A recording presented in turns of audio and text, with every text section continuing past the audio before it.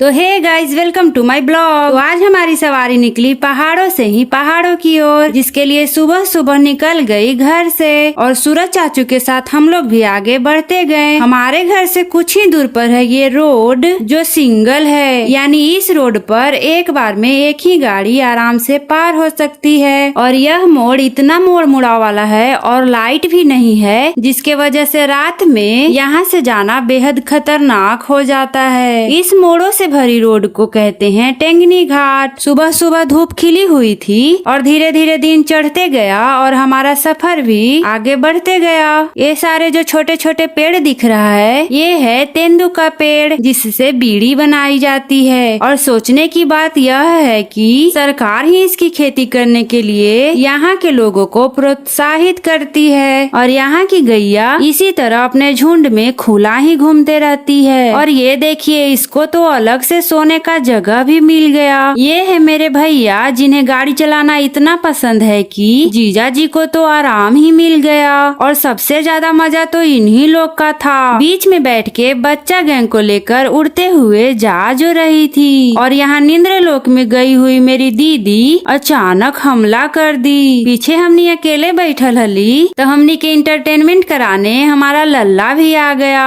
छोटे सरकार तो एकदम लाड साहब जैसा गोद में पड़ा हुआ था। ये है छत्तीसगढ़िया घर, जो मिट्टी का यही डिजाइन में होता है। अपनी मासी पास आने के बाद लल्ला के अंदर का गुदगुदी में जाग गया और फिर मासी के साथ गुदू गुदू खेलने लगा। ऐसे ही जंगली रास्ते से मीलों दूर आए और इस रास्ते का पैमाना हमारा लल्ला अपने मन में बड़े गौर से कर रहा था और फिर इसके बारे में बता भी रहा था। इतनी लंबी सफर होने के बाद भी हमारा मन नहीं थका, क्योंकि आज बरसों बाद माता रानी का बुलावा आया था। उनके दर्शन के लिए मन पूरा उत्साहित था और साथ ही पूरी फैमिली के साथ सफर करना बड़ा ही सौभाग्य की बात होती है न जी। धीरे धीरे हम लोग माता रानी के नजदीक पहुंचते रहे और ये लोग लगे हुए थे अपने अपने गैजेटवा में। फाइनली बास का बैरिकेड खुला और हम लोग आगे बढ़े। थोड़ी दूरी तय करने के बाद फिर से बास का गेट पार किए और आज पूरे रास्ते हमारे भैया ही गाड़ी चलाए। माकुदरगढ़ी का बोर्ड पर नाम देखकर सबका मन खुश हो गया। फाइनली हम लोग पहुंच ही गए और सारे दुकानें दिखने लगी। गाड़ी पार्क करने के बाद सारे लोग अपना मूड फ्रेश किए और माता रानी को भेंट के रूप में देने के लिए प्रसाद लेकर आगे बढ़े। तो वहीं ये दोनों पीछे ही रह गई। फिर ये लोग को अपने साथ लेकर धीरे धीरे पहाड़ों के नजदीक जाने लगी। ये दोनों तो छोटी डॉन बनी हुई थी।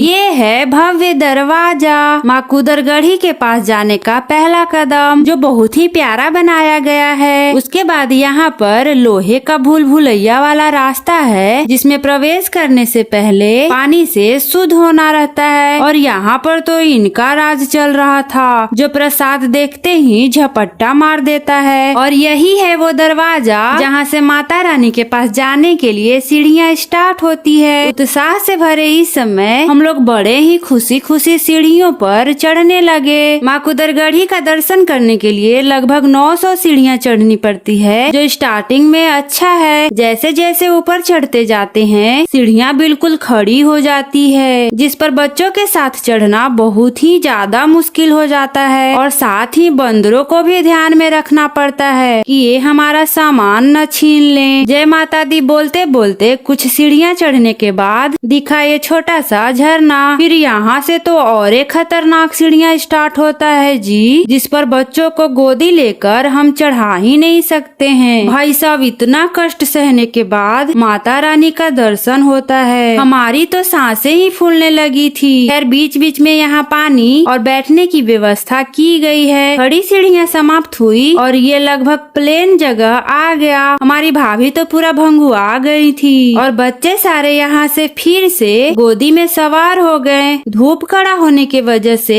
पैर पूरा जलने लगा था और यही कारण है कि बच्चों को गोदी में उठा के जल्दी जल्दी ऊपर पहाड़ पर पहुंच गए और थोड़ी देर आराम किए। लंबी लाइन में वेट न करना पड़े, इसके लिए VIP गेट से टिकट लेके फटाक से मंदिर के बेहद करीब पहुंच गई। लेकिन इससे कुछ ज्यादा फायदा नहीं हुआ जी। यहाँ पर आने के बाद भी घंटों इंतजार करना पड़ा। जैसे तैसे अंदर गई, लेकिन यहाँ इतना भीड़ था कि चीटी भी नहीं चल चल सकता था और ऊपर से गर्मी का तो कहना ही नहीं था। ये मंदिर छत्तीसगढ़ के सूरजपुर जिले में है और यहाँ की माँ बागेश्वरी यानी माता कुदरगढ़ी स्वयं पहाड़ से निकली हैं और यहाँ मन्नतें पूरी होने पर बकरा की बलि देने की मान्यता है। यह मंदिर वट वृक्ष के नीचे है जिसे राजा बालंद ने स्थापित किया था और माता रानी का पारंपरिक रूप से बैगा आदिवासी समुदाय के लोग पूजा पाठ करते हैं। यहाँ पर चैत्र माह में 3 दिन का भव्य मेला भी लगता है। माँ कुदरगढ़ी का आशीर्वाद लेने के बाद बाहर आई और गर्मी को देखते हुए प्रसाद से व्रत तोड़ने के बाद लस्सी और खीरा खाई। फिर फैमिली फोटो खिंचवाने के बाद भरी दोपहर में बंदरों के बीच से नीचे उतरना स्टार्ट कर दी और पैर इतना जल रहा था कि पैरों में छाले पड़ गए थे। बच्चों को छालों से बचाने के लिए एक एक बच्चे को गोदी में उठा लिए। बेहद थक जाने के कारण सीढ़ी पर बैठकर आराम की और तभी पीछे से सारे लोग भी आ गए तो वापस से चलना स्टार्ट कर दी। यहाँ पर सीढ़ी के दोनों तरफ मांगने वाले छत्तीसगढ़िया भाषा में बोले तो दाई और दाऊ बैठे रहते हैं जिनको देने के लिए चावल घर से ही ले गए थे। यहाँ पर पहाड़ से पानी बहते रहता है और ऊपर पहाड़ी के चोटी से आसपास का बहुत सुंदर और मनोरम नजारा दिखाई देता है। भूखे प्यासे चलते चलते बेहद थक गए तो सभी लोग पेड़ के छांव में रुककर आराम कर लिए। आराम करने के बाद सफर पुनः प्रारंभ करके पहुंच गए सूरजपुर और अपना अपना खाने का ऑर्डर देने के बाद करने लगे इंतजार। और सबसे पहले मिला ये बड़ा सा पापड़ जिससे गप्पे सप्पे करते हुए सबसे पहले उसी पर हमला हो गया। हम लोग जहाँ खाने का सोच रहे थे